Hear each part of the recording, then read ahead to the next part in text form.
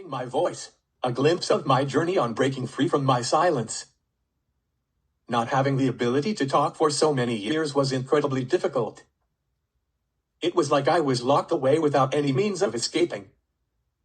There were so many opinions that I wanted to share and questions I wanted to ask.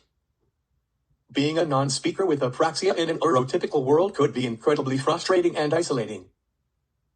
It was like nobody understood the way my mind and body worked. I was convinced I'd spend my life alone with my thoughts. Throughout my life, I have had very caring and loving teachers, as well as therapists, so I am incredibly lucky in that regard. When I was younger, I had wonderful staff who wanted to help me talk, but just didn't know how. I could express very little of my knowledge verbally, which caused me to be taught below my intellect for many years. This was frustrating. Oftentimes it felt very depressing, so I would just focus on how much my staff cared for me.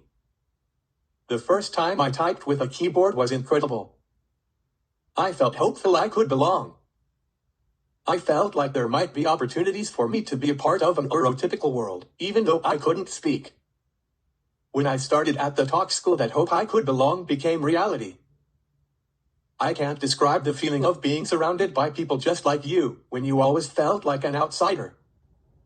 Often, I make noises and sometimes clap my hands. Many people with autism and apraxia may do things with their body that you don't understand, but trust us, we always do it for a reason.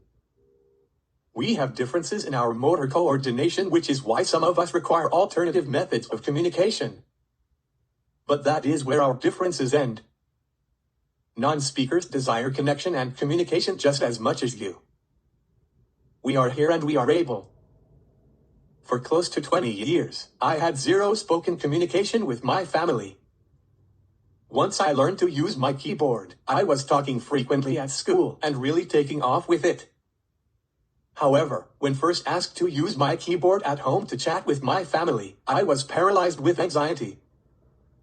I have the most loving and supportive family there is, so why was this so incredibly difficult? When there is no communication for so long, you get very used to saying nothing and going with the flow. All of a sudden, I had access to full communication and family who was dying to speak with me. This was equally exciting and daunting. After 20 years of silence, where and how could I even begin? I put immense pressure on myself, which manifested into panic. I felt the first time typing to my family should be this deep and pivotal moment, but for me that was not realistic. I had to start smaller, and that is perfectly okay. We began by reading articles or lessons, and I typed answers to questions based on the material. The lessons progressed into short chats that turned into long and thoughtful discussions. When my grandfather recently passed, I was able to reminisce with my family and let them know how much they all mean to me. For how hard I've worked on my typing, that was the ultimate reward. We all know meaningful conversations are how we can grow friendships. Before my device, I had little to no friends. Fast forward to now, thanks to augmentative communication, I have the coolest group of non-speaking friends. We Zoom, we do fun activities, and we advocate for other non-speakers together. I love having deep discussions with them and sharing opinions on all different topics. As you will see, I currently communicate using a Bluetooth keyboard someone holds still for me.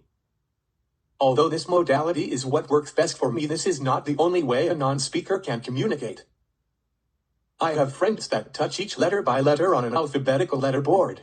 Some like to type their thoughts and feelings directly on their AAC device. All of these methods are valid and deserve to be treated as such. There is no worse thing you can do to a non-speaker than make them feel their words are insignificant just because they are spoken from devices instead of lips. Negating a non-speaker's intelligence doesn't always have to be blatant. Some people genuinely mean well and are unaware that their reactions to our typing can come across as insensitive or insulting. For example, in the beginning of my typing journey, my mom shared my responses with family and friends. The responses I received were a mixture of elation and pride sprinkled with disbelief and shock. Although everyone's excitement warmed my heart, it bummed me out to hear how surprised everyone was by the depth of my responses. It made me sort of feel like people would always see me as having a lower intellect unless they saw me type or read what I wrote. It feels like, for me as a non-speaker, like I'm stupid until proven smart. I would like to close by sharing a little glimpse of hope. I never thought I would get to this point. If someone would have told me a few years ago that I would be giving presentations, there's zero way I would believe them. Between my apraxia and my anxiety, it seems impossible. If I have learned anything on my journey, it's that you can achieve the things you deemed impossible if you believe in yourself and get out of your own way. Even a baby step towards the impossible is still a step. You are able. Thank you all so much for coming out and listening to my story. It truly means the world to me. I hope you can share my message with your loved ones so that we can start making a difference for non-speakers together.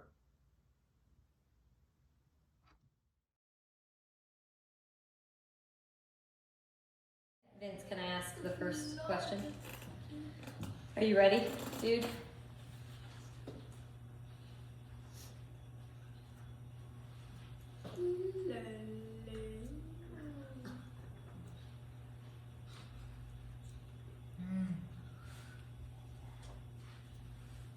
Fire away.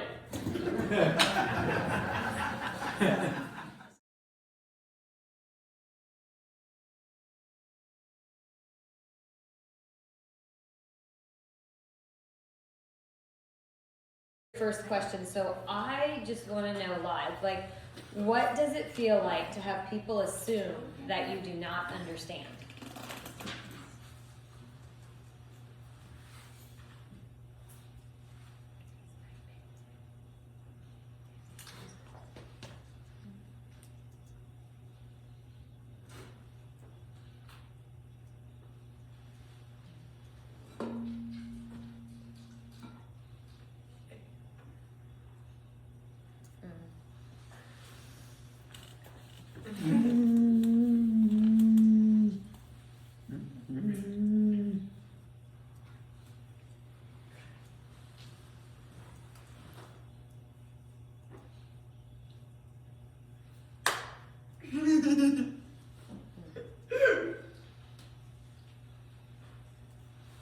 Okay. It is hurtful and discouraging.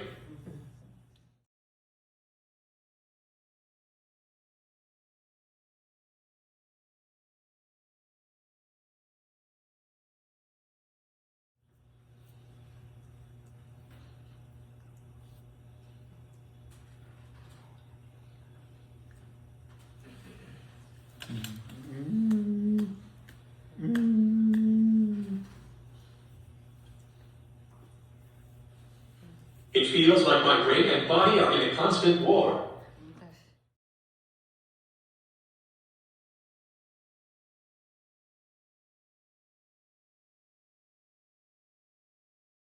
Then take 5. Take it. Non-speakers are the most resilient people that you will meet. Don't underestimate us. All right.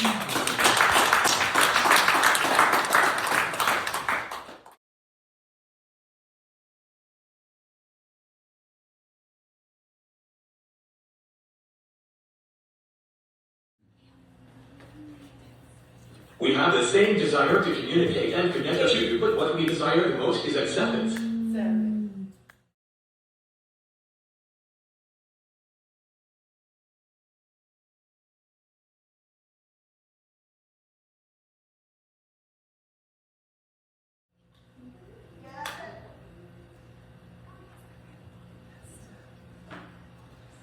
If I had to pick something, I'd go pick roasting fresh veggies.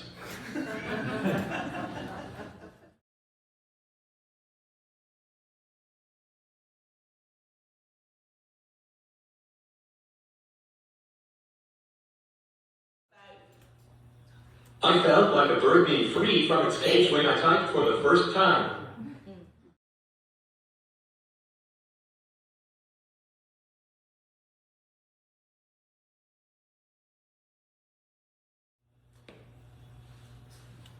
I want to graduate from college with a degree in political science, and maybe one day I can become the first non-speaking man in the Senate.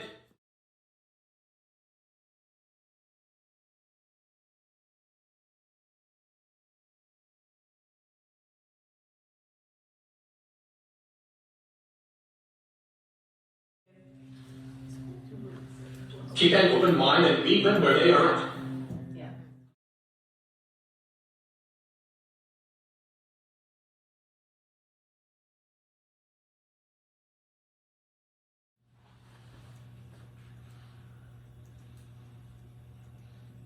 Presume competence in every non-speaker you meet. It all starts there.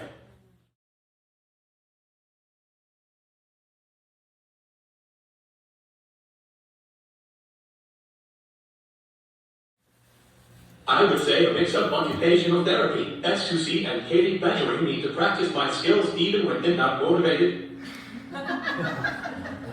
So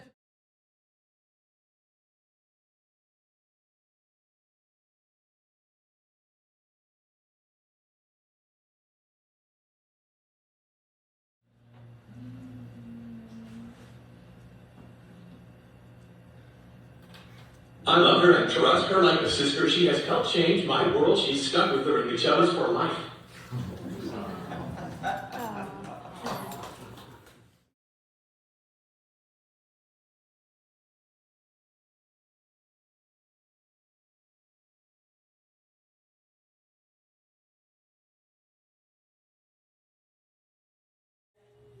You want to see what's going on? She's going to help me type totally independently, and I'm so grateful she believes in me so fiercely.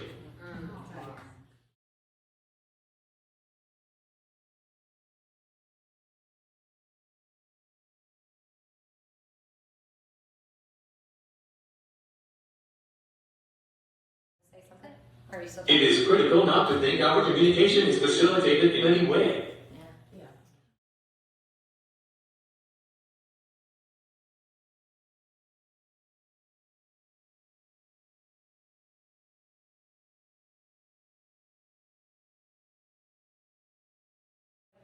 like almost to him it was like probably putting a puzzle piece together. Yes, times a million. Yes, times a million. Yeah.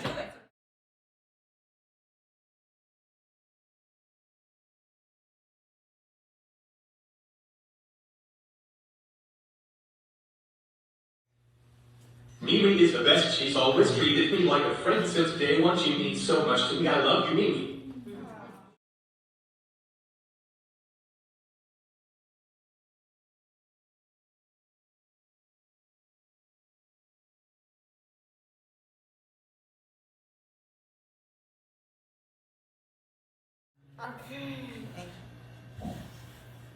The change in diet helped me better regulate my body.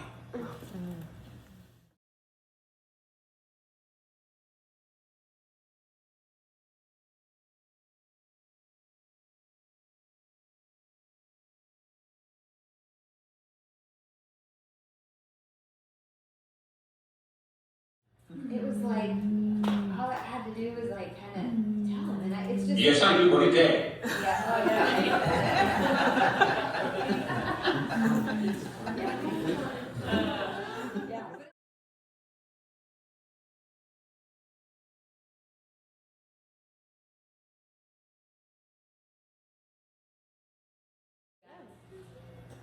My only option at that point was to yell to let my therapist know something was wrong.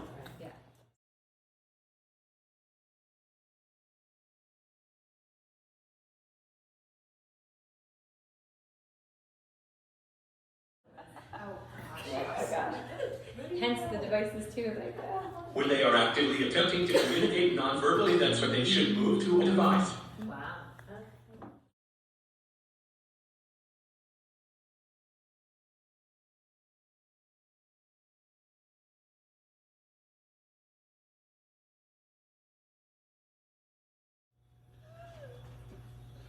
I feel on top of the world.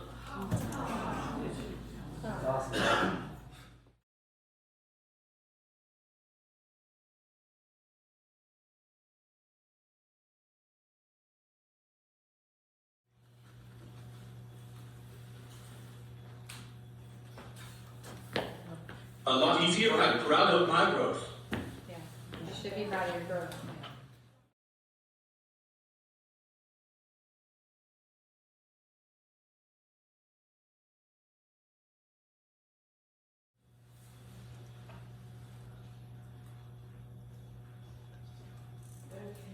It means the world to me that you all came. Thank you from the bottom of my heart.